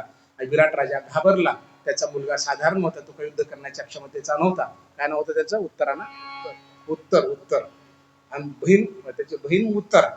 त्या उत्तरमध्ये काही ताकद नव्हती, पण अर्जुनाने सांगितलं चिंता करू नको, शमी झाडावर जे शस्त्र ठेवली ती 12 वर्ष संपल्यानंतर 1 वर्षासाठी, आणि ते शस्त्र खाली उतरली, धनुष्य वगैरे घेतला, रथ वगैरे काढला आणि अर्जुन ब्रह्मलेच्या रूपामध्ये कौरवाशी युद्धात लढण्यासाठी आला. युद्ध झालं आणि सगळे कौरव हारले. भीष्मासह सगळे हारले, सगळे मूर्छित झाले. ते वापस गेले आणि जिंकून परत आले. राजाला फार आनंद वाटला, आपल्या मुलांना जिंकलं. आणि जेव्हा त्यांचा खेळ चालू होता, 64 खेळत होते, तेव्हा तिथे युधिष्ठिर बसला होता कंकच्या रूपामध्ये. आणि राजा काय म्हणाला, माझा मुलगा जिंकला. ते युधिष्ठिर पुन्हा म्हणायचा कंक, नाही म्हणे, ब्रह्मला सोबत आहे ना, चिंता करू नका. राजाला राग उठलं सुटलं. ब्रह्मला म्हणला त्या थर्ड पार्टीचं कशाला नाव घेतो म्हणे हा. आणि रागाच्या भर त्यांनी कवडी फेकून मारली. युधिष्ठिरला लागली, नाकातून रक्त गळालं. सैरेंद्री पळत आली, ताट घेऊन आलं, त्याचं रक्त जमिनीवर पडू दिलं नाही, ताटात घेतलं. मग हा विराट राजा तिच्यावर चिडला. हे काय केलं? नाही म्हणे महाराज, मग तुम्हाला माहित नाही, यांचा एक थेंब जर जमिनीवर पडला तर तुमच्या विराट नगरीमध्ये कोणी जिवंत राहणार नाही, कारण यांचा भाऊ सगळ्याला मारल्याशिवाय राहणार नाही ब्रह्मरला. तिचा पण त्याला राग आला, ब्रह्मरला असे कोण आहे. आणि जेव्हा उत्तर परत आला, उत्तराची आरती वगैरे केली, जिंकून आला. त्या उत्तराने सांगितलं मी नाही जिंकलं, ब्रह्मलेमुळे जिंकलं. आता उघडीतलं काय आलं, ब्रह्मला कोण आहे. त्यांनी सांगितलं हा अर्जुन आहे, तो युधिष्ठिर आहे, तो भीम आहे सगळं. आणि 5 पांडव आणि सैरेंद्र वरकीला आले. तर विराटाला फार आनंद वाटला. त्यांनी माफी मागितली, आमच्याकडून तुमच्या चुका झाल्या, आम्ही तुमचा काही मान सन्मान करू शकलो नाही, एकच करा म्हणे. अर्जुनाला म्हणाला की माझी मुलगी जी उत्तर आहे, ज्याला तुम्ही शिकवलेलं आहे नाच गाणं वगैरे, तिच्याशी तुम्ही लग्न करा. अर्जुनाने सांगितलं मी मुलीप्रमाणे तिला पाहिलेलं आहे, मी तिचा स्वीकार करेन, पण पत्नी म्हणून नाही, तर माझी सून म्हणून करेन, आपल्या पुढच्या अभिमन्यूसाठी, मुलासाठी. अशा प्रकारे तिथे स्वीकार झाले. तिथे येते. याच्यानंतर आता युद्ध होणार हे 100% ठरलं. आता कृष्णाची मदत मागायची. दुर्योधन आणि अर्जुन दोघेही कृष्णाकडे आले. कृष्णाचं एक वैशिष्ट्य आहे भगवंताचं, सगळा सोयरा तो काही पाहत नाही. तो दिनाचा सोयर आहे, पांडुरंगाचाच अवतार आहे. कृष्ण अवतार आहे, पांडुरंगाचा अवतार आहे. पंढरीचा पांडुरंग आपली वाट पाहतोय भक्तांची. दिनाचा सोयरा कृष्ण सुद्धा सोयरा आहे, पण कुणाचा सोयरा आहे बघा की अभंग झाल्यानंतर सांगतो.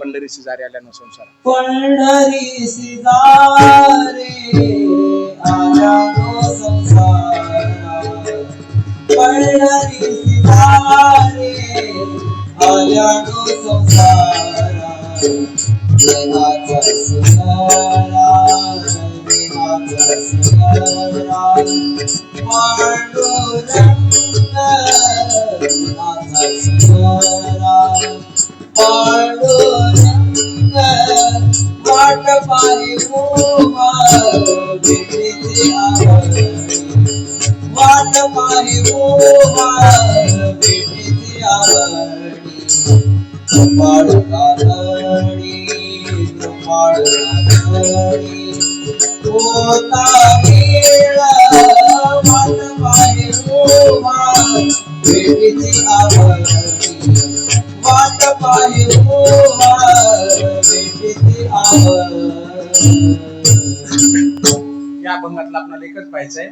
वाट पाहे उभा कुणाची? भेटीची आवडी. पंढरीशी जारे आल्यानं संसारात, दिनाचा सोयरा दिनाचा सोयरा कृष्ण परमात्म्याचा अवतार आहे पांडुरंग. हा कृष्ण परमात्मा सुद्धा दिनाचा सोयरा आहे. युद्धाच्या मदतीसाठी दोघेही आले.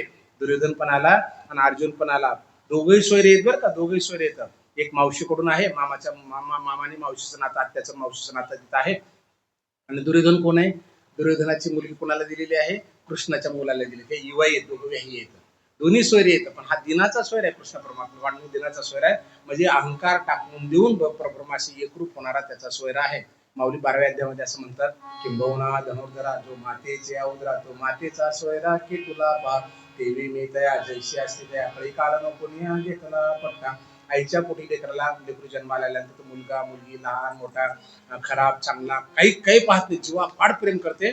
तसं माझा भक्त सगळं टाकून देऊन माझं लेकरू होऊन जेव्हा माझ्याकडे येतो, तो माझा सोयरा असतो. असं देव सोयरा, देव सोयरा, देव सोयरा दीनाचा, देव सोयरा दीनाचा, देव सोयरा दीनाचा, देव सोय अंतरीची घेतो गोडी पाहे जोडी भावाची. देव सोयरा, देव सोयरा, देव सोयरा दिनाचा. अंतरंगातलं प्रेम लागतं. आणि अर्जुनाच्या अंतरंगामध्ये प्रचंड प्रेम होतं, दुर्योधनाच्या नव्हतं. दुर्योधन व्यवहारिक होता आणि राजा असल्यामुळे घमंडाने कृष्णाच्या उशाला झोपलं बसला. कृष्ण परमात्मा झोपले होते. देव झोपू शकतो का?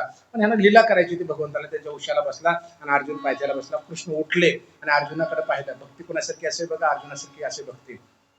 अरे अर्जुना कसा काय आला? दुर्योधन म्हणजे मी पण आलो. अरे दोघं एकदाच? हो, युद्धाची मदत मागायला आलो. अरे मी तरी एकटा आहे म्हणे, दोघांची युद्धाची मदत कसं करणार? पण मी पहिल्या प्रथम अर्जुनाला पाहिलंय, त्याच्यावर तुझा लहानपणा भाऊ आहे आणि त्याच्यामुळे मी त्याची इच्छा पूर्ण करणार. काय पाहिजे सांग? नाही मला अगोदर पाहिजे 2 गोष्टी म्हणे.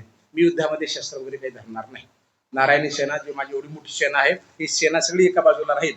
10 करोड सेना आहे नारायणी सेना, आणि ती एका बाजूला राहील, शस्त्रासहित राहील. आणि मी दुसऱ्या बाजूला राहील. मी कुठलेही शस्त्र वगैरे हातात धरणार नाही. काय पाहिजे? अर्जुनाला विचारलं. तुला पहिल्यांदा अर्जुन मध्ये देवा मला सेना घेऊन काय करायचंय? आता खरं म्हणजे युद्ध करायचं बरं का. युद्धामध्ये निस्ता बिना शस्त्राचा माणूस काय कामाचा सांगा बरं सल्ले देणारा? शस्त्र पाहिजेत ना, सेना पाहिजे ना. पण अर्जुन मला नाही देवा, मला तू निहत्ता असलास तर तू पाहिजे. माझ्या रथाचं सारथ्य कर, म्हणजे माझा रथ डगमगणार नाही, चुकीच्या मार्गावर जाणार नाही. मला मार्गदर्शन तू कर, माझा हात तू धर. दुर्योधन खुश झाला की 10 करोड नारायणी सेना मिळाल्या. आनंद घेऊन तो घरला परत गेला. तिकडे गेल्याबरोबर शकुनी मामाला सांगितलं की आपण जिंकलं म्हणे युद्ध, 10 करोड सेना आपल्याकडे आली. शकुनी प्रचंड हुशार आहे. तो म्हणाला, अरे मूर्ख आहेस तू, तुला कळालं नाही. निहत्या का असला पण त्याला घ्यायचं होतं. म्हणतो ना मी शस्त्र आता धरणार नाही, पण तोच सगळं युद्ध जिंकू शकतो का? शकुनीनं उत्तर दिलं, 10 करोड सेना जरी आपल्या बाजूला असली तर त्याचा मुख्य नायक तिकडल्या बाजूला आहे. सेनेला नायक लागतो. बिना नायकाची सेना घेऊन काय करावं? कोणाचं ऐकणार? आपलं थोडंच ऐकणार आहे म्हणते सेना. कारण मुख्य नायक तिकडल्या बाजूला आहे आणि विश्वरूप दर्शन आपला केलेला माणूस आहे तो. त्याच्यामुळे आपली चूक झाली असं त्यांनी सांगितलं. असो, तो भाग तिथे राहिला. मामा शल्य पण येत होते युद्धाला मदत करण्यासाठी, कारण तडजोडी झाल्यामध्ये कृष्ण दूत म्हणून गेले. सगळे गेले, सगळ्याला हरवायचा प्रयत्न झाला. शेवटचा पण प्रयोग त्यांनी कृष्णाने नंतर केला. असो, शल्य मामा येत होता. हा पांडवांचा मामा आहे शल्य मामा. प्रचंड बलशाली आहे. पण दुर्योधनाने काय केलं, प्रत्येक नवीन रस्त्यामध्ये सगळी खाण्यापिण्याची राहण्याची व्यवस्था सैन्याची केली. शल्य मामा खुश झाले, अरे माझी एवढी व्यवस्था कोणी केली? दुर्योधन पुढे आला. दुर्योधना बघितला तो हादरला, कारण दुर्योधनाच्या विरोधात युद्ध करण्यासाठी आला होता, आपल्या भाच्याच्या बाजूला थांबून लढणार होता. आणि त्यांनी सांगितलं, आता पूर्वीचे लोक कसे होते बघा बरं का, दिलेला शब्द 100% पाळत होते. मग त्याचा चांगला परिणाम हो आपल्यावर की वाईट हो, कारण आपलं नुकसान झालं तरी चालेल पण शब्द दिला पाळायचा. सांग दुर्योधना तुला काय पाहिजे? ते म्हणे आमच्या कर्णाच्या रथावर तुम्ही सारथ्य करा, आमच्या बाजूला तुम्ही थांबा. दिला शब्द, पर्याय नव्हता, भाच्याच्या विरोधात युद्ध करावं लागलं. शल्य मामा आता शेवटचा पर्याय म्हणून कृष्णाने सांगितलं की अजून एकदा आपण शांती प्रस्ताव घेऊन जाऊ आणि सगळ्यांच्या इच्छेच्या विरोधात, म्हणजे त्यातल्या त्या द्रौपदीच्या इच्छेच्या विरोधात शांती प्रस्ताव घेऊन कृष्ण परमात्मा दरबारामध्ये आले. तर त्यांनी सांगितलं की बाबा अर्ध राज्य द्या, अर्ध तुम्हाला राहू द्या, आम्हाला काही युद्ध करायची इच्छा नाही. अर्ध नाही म्हणे, 5 गावं द्या, 5 गावं द्या, काही हरकत नाही. 5 गावाला सुद्धा विरोध दिला. दुर्योधन म्हणाला की सुईच्या टोकावर सुद्धा देणार नाही, सुईच्या टोकावर सुद्धा देणार नाही. आणि त्यांनी सांगितलं कृष्णाने, अरे तुझ्या आईला कुंतीला आपला क्षमा असेल गांधारीला रडायला का कारणीभूत करतोस? कारण तुम्ही मरसाल ना, रडेल ना ती. तर दुर्योधनाला प्रचंड राग आला, तुम्ही याला बांधून टाका म्हणाला. आता कृष्ण परमात्म्याला बांधणं शक्य आहे का सांगा? कृष्ण परमात्म्याने सांगितलं, माझा जन्म बेड्यामध्ये झाला, एवढ्या बेड्या होत्या, तर कंस मला बांधू शकला नाही. त्या लहानपणाच्या बेड्या तोडल्या मी, आणि तुझ्या दरबारात अशा बेड्या आहेत का म्हणे मला बांधण्यासारख्या? आणि त्या लहान वयात ज्या तोडल्या, एवढा मोठा मी तर काय काय तोडू शकत नाही. पण त्यांच्या समाजासाठी विश्वरूप दर्शन तिथं भगवंताने दिलं. युद्ध अटळ झालं. कुंतीनं पण सांगितलं की आता युद्ध केल्याशिवाय पर्याय नाही. कौरवांच्या बाजूनं भीष्म सेनापती झाले, आणि भीष्म सेनापती झाले. कर्णाला राग आला. कर्ण म्हणाला की जोपर्यंत हा भीष्म सेनापती आहे तोपर्यंत मी युद्धभूमीमध्ये येणार नाही. आणि पांडवांना चिरडीला आणण्यासाठी शकुनीचा मुलगा उलूक, शेवटचा चिरडीला आणण्यासाठी दुर्योधनाने उलूकला पाठवलं. उलूकनं अतिशय वाईट वाईट शब्द पांडवांना सांगितले. कौरव तुमच्या बाबतीमध्ये किती वाईट बोलतात, म्हणजे त्यांना क्षीण करण्यासाठी, त्यांना लज्जित करण्यासाठी. पण कृष्णाने सांगितलं की तुम्ही ह्याच्या शब्दाला लज्जित होऊ नका, दूत म्हणून आलेला आहे, त्याला मारू नका, त्याला परत जाऊ द्या. उलूक परत गेला आणि श्रीखंडी आला. श्रीखंडीने सांगितले माझी काय युद्धभूमीमध्ये जागा असणार आहे? तर सांगितलं, भीमाने सांगितलं, कृष्णाने सांगितलं सगळ्यात मोठी तुझी जागा असणार आहे, योग्य वेळेवर तुला बोललं जाईल. शिखंडी कोण आहे? ज्यांनी मागं शपथ घेतली होती, आंबा. भीष्माने आणलं होतं, आपल्या विचित्र वऱ्याला देण्यासाठी आणलं होतं, आणि तिनं शल्व राजाला आपलं मन दिलं होतं, आणि त्या शल्व राजाने पण नकार दिला, भीष्माने पण नकार दिला, आणि विचित्र वऱ्याला पण लग्न केलं नाही. आणि तेव्हा तिने शपथ घेतली की देवता तुला मारण्यासाठी मी जन्म घेईन, आणि अर्धी स्त्री अर्धे पुरुष म्हणून जन्माला आले, मागच्या जन्मातला बदला घेण्यासाठी. मागच्या जन्मातला आपण म्हणतो ना, वैर जन्मांतरीचे सर्पा मनवणे होते, देवी अतिता जन्माचे उणे जो आहे. काही काही लोक फार जोरात गोटे डोक्यात ठेवून बसलेले असतात बदला घेण्याच्या भावनेतून, आणि माऊलींची तशी ओळी पण त्याच्यामध्ये असो. तर हा शिखंडी तिथे आला. आता प्रचंड युद्धाला सुरुवात होणार. दोन्ही बाजूचं सैन्य आलं. कृष्णाने सांगितलं मी शस्त्र धरणार नाही हातामध्ये, आणि भीष्माने सांगितलं कुठल्याही परिस्थितीमध्ये तुम्हाला शस्त्र मी धरायला लावेन. आता युद्धभूमीतला हा एक भाग आहे. प्रचंड युद्ध सुरू झालं. भगवंताने काय केलं, आपलं सुदर्शन काढलं आणि भीष्माच्या बाजूला सोडण्यासाठी हात उजारला. भीष्म हसून म्हणाले की देवा तुम्ही तर शपथ घेतली होती मी हातामध्ये शस्त्र धरणार नाही, आता काय शस्त्र धरलं? तर आपल्या भक्ताचे शब्द खरे करण्यासाठी भगवंत माघार घेतो.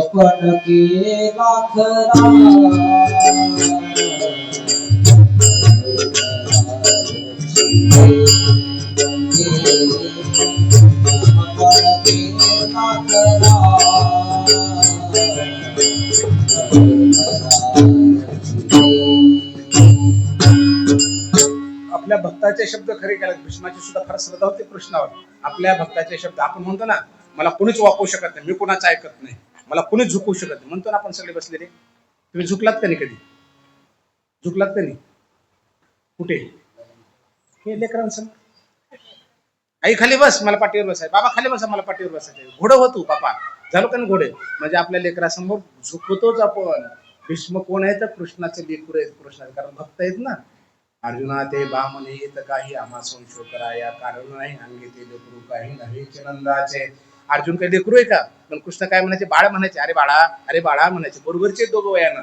तसं भीष्म जरी वयानं मोठे असले तर 14 गुणाचा मालक आहे. आता तुम्हाला कृष्ण दिसत असेल 30, 40, 50 वर्षाचा. अरे 1000 वर्ष होऊन गेलेत, अनेक जन्म झालेत कृष्ण परमात्म्याला. साक्षात देव आहे. म्हणजे भक्त ही लेकरू असतं, आणि सगळे संत लेकरच झाले. काल बघितलं आपण माऊलीच्या चरित्रामध्ये. तुकोबाराय काय म्हणाले? बोलिले लेकुरे वेळी वाकडे उत्तरे. सेना महाराज म्हणाले ज्ञानदेव माता, ज्ञानदेव पिता. नाथ महाराज म्हणाले ज्ञानाबाई माझी अनाथाची माय, ज्ञानाबाईचे चरण शरीर वेदशास्त्री देती ग्वाही म्हणती ज्ञानाबाई. सगळे संत वयानं मोठे झाले तरी माऊली माऊली माऊली म्हणाले.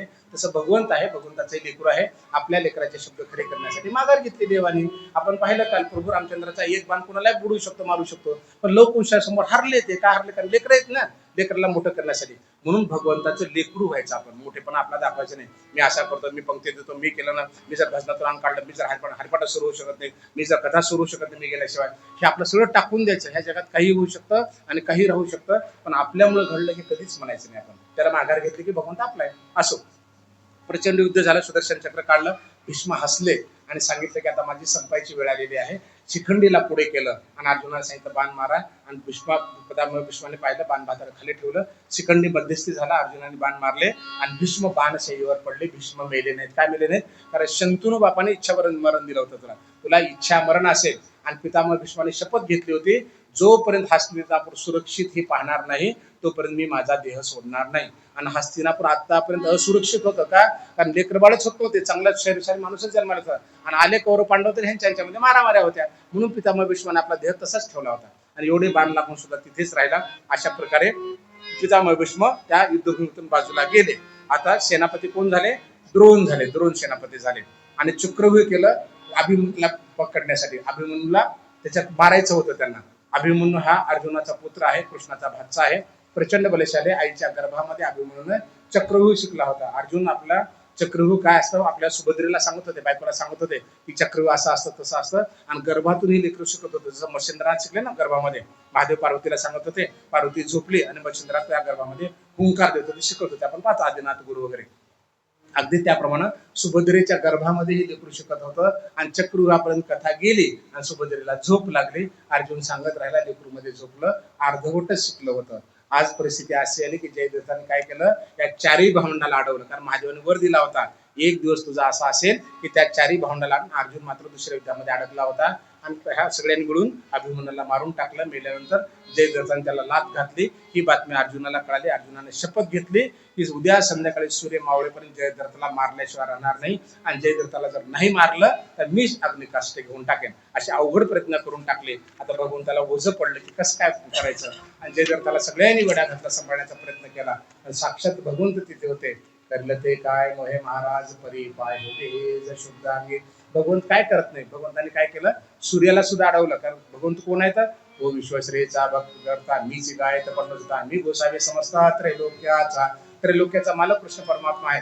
आकाशे सर्वत्र बसावे, वायूने नाव भरून नसावे, पावके दहावे वर्षावे, जळी पर्वती बैठचा गान सोडावी, समुद्री लेखा लोंड पृथ्वी अपुती व्हावी आज्ञा माझी.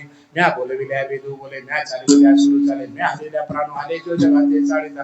कृष्णाचेच वाक्य आहेत. हे पंचतत्व त्यांच्या अधीन आहे. त्यांनी काय केलं, सूर्याला लपवून टाकलं, मायेचं आवाहन केलं. मायेला सांगितलं जा सूर्याला मावळल्यासारखं करून टाक. सूर्य मावळल्यासारखा झाला आणि जयद्रथ मस्त उड्या मारत पुढे आला की मला कोण मारणार आहे.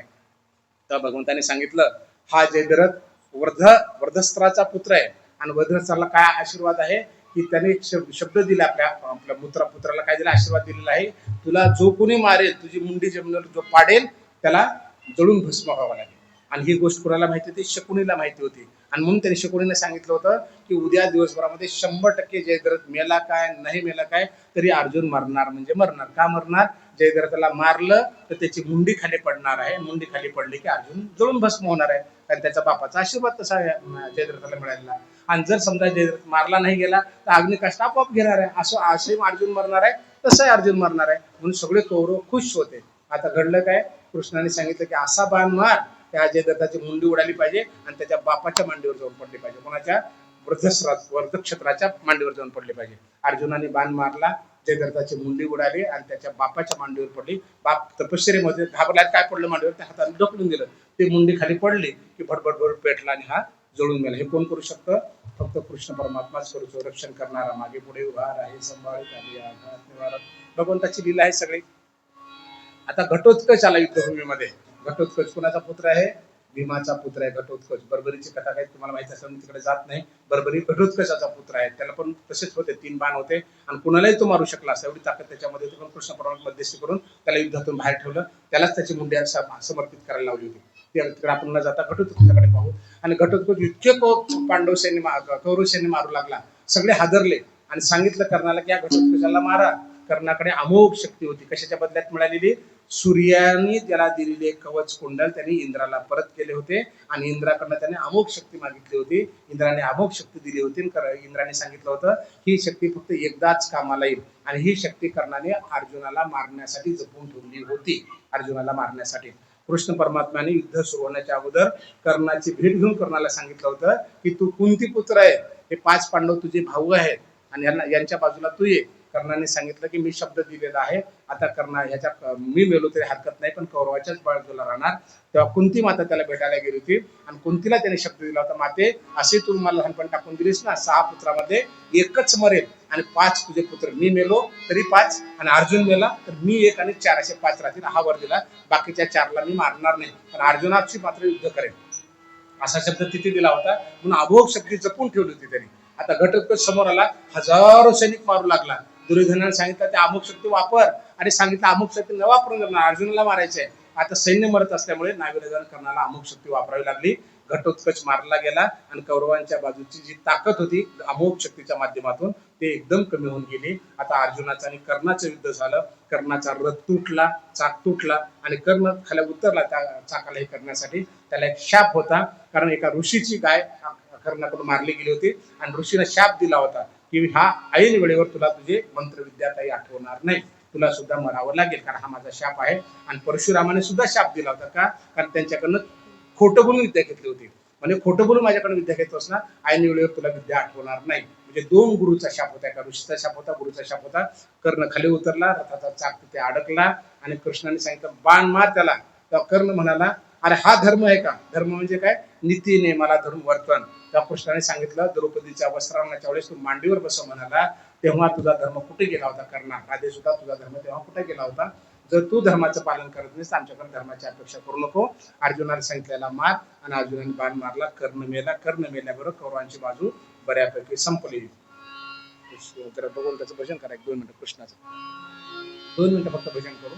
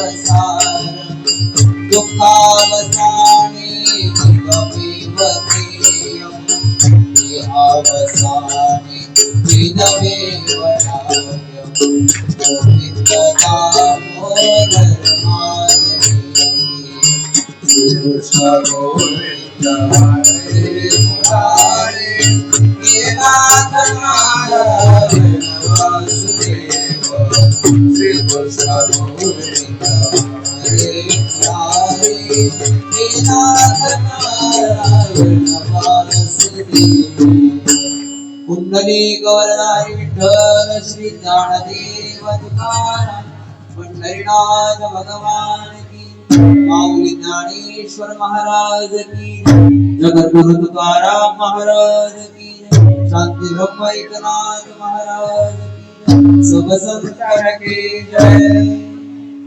भीष्माला मध्यस्थी करून शिखंडीच्या माध्यमातून भीष्माचा वध झाला. तिथं कंबरडं मोडलं. द्रोणाचार्याच्या बाबतीमध्ये खोटी बातमी पसरवली की अश्वत्थामा मारला गेला. द्रोणाचार्य एकदम हतबल झाले, त्यांना मारण्यात आलं. दुष्कर्माच्या माध्यमातून त्यांना मारण्यात आलं, कर्ण मारला गेला. म्हणजे थोडक्यामध्ये दुर्योधनाची बाजू कमजोर झाली. आता हे सगळं गांधारीला कळलं आणि तिनं दुर्योधनाला बोलून घेतलं, सांगितलं बाळा तू लहानपणी जसा होतास जन्माला आल्यानंतर अगदी त्या अवस्थेमध्ये गंगेमध्ये स्नान कर आणि माझ्या समोर ये. दुर्योधन स्नान करण्यासाठी गंगेत गेला. तिला सक्त सूचना दिली होती की लहानपणी जसं लेकरू असं विवस्त्र अगदी त्याप्रमाणे माझ्याकडे ये. दुर्योधन गंगेमध्ये गेला, स्नान करून परत येत होता. कृष्ण पुढे गेले आणि त्यांनी विचारलं, अरे रे रे म्हणे हे कुठे चाला म्हणे असं बिना कपड्याचं. ते म्हणे आईनं बोलवलं मला. अरे लहानपणची गोष्ट वेगळी, आईनं म्हणलं म्हणून काय झालं. मग हे सगळं भगवंताला कळतं. आणि भगवंत जर कृष्ण परमात्मा नसेल तर महायुद्ध झालंच नसतं, कधी संपून गेलं असतं. पांडवाच्या वाट्यातलं काही चाललं नसतं. भगवंतांनी त्यांनी केळीचं पान गुंडाळलं, कमजोर राहिला, आईच्या समोर आला. आणि पतिव्रत आहे, पतीची मत अनुसरणी पतिव्रता अनाशा आत्मयता भेटेची. ते माऊली म्हणतात पतिव्रत धारण केल्यानंतर काय ताकद येते, प्रचंड ताकद येते. आणि महादेवाचा वर होता तिला, 100 पुत्राचा. महादेवाची भक्त होती, प्रचंड मोठी ताकद त्याच्यावरती. तिने विचारलं स्नान करून आला का, विवस्त्र आहे का. हो. डोळे उघडून पाहिला, आपली पूर्ण शक्ती त्याच्यावर सोडली, शरीर वज्रासारखं झालं. आणि डोळ्यांनी पाहिल्यानंतर लक्षात आलं की त्यांनी कमरेला पान गुंडाळलेलं आहे. ती म्हणाली कच्चा राहतो आता पान काढतो, आता उपयोग नाही म्हणे, माझी सगळी शक्ती संपली. कृष्ण परमात्मा हसून म्हणतात महादेवाला की देवा तुम्ही काय काय वर देऊन ठेवता हो आणि मला सगळं सांभाळत बसावं लागतं. सगळे वर देऊन टाकता तुम्ही, असं करा ब्रह्मास्त्र देऊन टाकतात, ब्रह्मदेव तुम्ही वर देऊन टाकता. मग त्या अत्रासुराला मारा मला यावं लागतं, मायासुराला मारायला यावं लागतं, भस्मासुराला मारायला मला यावं लागतं, रावणाला मारायला मला यावं लागतं, त्या कंसाला मारायला यावं लागतं, हिरण्यकशिपूला मारायला यावं लागतं. वर कुणाचे सगळे हे महादेवाचे, ब्रह्मदेवाचे, इतर देवाचे. आणि मारायला कुणाला यावं यांना यावं लागतं. हे सगळं मलाच करावं लागलं ना म्हणे. महादेव म्हणे तुमची ती क्षमता आहे, तुम्ही करू शकता, तुम्ही करा, आम्ही आमचे कामं करतो, तुम्ही तुमचे कामं करा. अशा प्रकारचे ते द्रोण ते आले. द्रोणाचार्य संपला, कर्ण संपले, भीष्म संपले. आता दुर्योधन युद्धभूमीमध्ये चांगल्या प्रकारे माझ्यावरच अवलंबून आहे अश्वत्थामा आणि मी. युद्ध सुरू झालं. युद्धामध्ये मार भरपूर लागला. दुर्योधन पाण्यामध्ये जाऊन बसला. पांडवांना असं वाटलं की हा हारलाय आणि नदीच्या त्या तळ्याच्या काठातून आवाज दिला. दुर्योधन पाण्यातून वर आला. त्यांनी सांगितलं मी तुम्हाला घाबरून नाही गेलो, फक्त जखमाला थंडपणा यावून पाण्यामध्ये उतरलोय. तर युधिष्ठिर काय म्हणाला की आमच्यापैकी कोणी एका 5 वर्ष युद्ध करतो आणि जर आम्हाला हरवलं 5 पैकी एकाला तर तुला राज्य परत देऊन टाकू, आम्ही राज्यच मागणार नाही, आम्हाला राज्यच नको, तू जिंकलास म्हणून समोर. दुर्योधन हसून म्हणाला अरे तुझी लायकीच नाही म्हणे राजावर बसण्याची. कोणाला म्हणाला युधिष्ठिरला, तू राजा होण्याच्या पात्रतेचं, तू जंगलातच राहण्याच्या कामाची, वनातच राहण्याचं का. अरे काय सांगतेस म्हणे की 5 पांडवापैकी कोणाशी मी लढावं आणि मी हरलो की हा तुला भीमाला फक्त युद्ध करू शकतो मी, बाकीच्या 4 पांडव तर कुणाला मारू शकतो 2 गदेमध्ये मी. पण दुर्योधन सुद्धा किती बलशाली आहे बघा. त्यानं जर काय केलं असतं, सहदेवाला समोर बोलवलं असतं मी याच्याशी युद्ध करतो आणि त्याला मारलं असतं तर राज्य दुर्योधनाचं राहिलं असतं. पण तो म्हणाला नाही नाही, कमजोराला मारणार नाही, मला युद्ध करायचं भीमाशीच करेन म्हणे मी. तुमच्यामध्ये काय ताकद आहे. म्हणजे सहज बघा बरं का, 2दा युद्ध खेळायला गेला, बायकोला हारलं, सगळं, दुसऱ्यांना जायची गरज होती का सांगा, तिथं गेला. आता इथे पण काय म्हणतं, कुणाशी एकाशी लढ आणि आम्हाला हरला की तुला युद्ध देऊन राज्य देऊन टाकू तुमचं तुम्हाला. म्हणजे किती चुकीचे सगळे हे. असो, दोघांमध्ये युद्ध झालं, भीमामध्ये त्याच्यामध्ये युद्ध झालं. हा हरतच नव्हता, कोण हरत नव्हता, दुर्योधन हरत नव्हता. तेव्हा कृष्णाने आठवण दिली, इथं मार, मांडीवर मार, पांडीवर मार, कारण तिथं कच्चं राहिलं होतं. आणि भीमाला आठवण दिली, तू प्रतिज्ञा केलेली आहे की द्रौपदीला मांडीवर बसवण्यासाठी त्यांनी शपथ घेतली, हे प्रयत्न केला, तर तू शपथ घेतली की तुझी जंगा तोडणार आहे, जंगा तोड. आणि त्याची जंगा तोडली. मग तो दुःखी होऊन तिथे पडला. इकडे शकुनी मामा मारला गेला, त्यांचा मुलगा उलूत मारला गेला, दुशासन मारला गेला, त्याचं रक्त बरेल पिलं. म्हणजे भयंकर महाभारतामध्ये सगळं घडलं. अशा प्रकारचे सगळं युद्ध संपलं. आता अश्वत्थाम्याने शब्द दिला दुर्योधनाला की मी काय करेन, 5ही पांडवाला आज रात्री मारून टाकेन. तेव्हा कृष्णाने काय सांगितलं या 5 पांडवांना की आज आपण शिबिरात झोपायचं नाही, आज आपण नदीच्या काठावर जाणार आहोत. आणि 5 पांडवाचे 5 लेकरं तिथं झोपवले. अश्वत्थाम्यानं कृपाचार्याला सोबत घेतलं आणि अंधारात जाऊन 5 पांडव समजून 5 लेकराला मारून टाकलं. आणि ही बातमी तिला कळली. कुणाला कळली, द्रौपदीला कळली. आणि जेव्हा अश्वत्थामाला पकडून आणलं तेव्हा द्रौपदी म्हणाली की गुरुचा पुत्र आहे, त्याला मागून त्याच्या आईला माझ्यासारखं दुःखी नाही करायचं, त्याला सोडून द्या. सोडून दिलं. त्याने ब्रह्मास्त्र काढलं आणि ब्रह्मास्त्र कुणावर सोडलं, उत्तरेच्या गर्भावर सोडलं, म्हणजे अभिमन्यूच्या मुलाच्या गर्भावर सोडलं. आणि भगवंताने त्याचं रक्षण केलं, म्हणून त्याचं नाव परीक्षित होतं.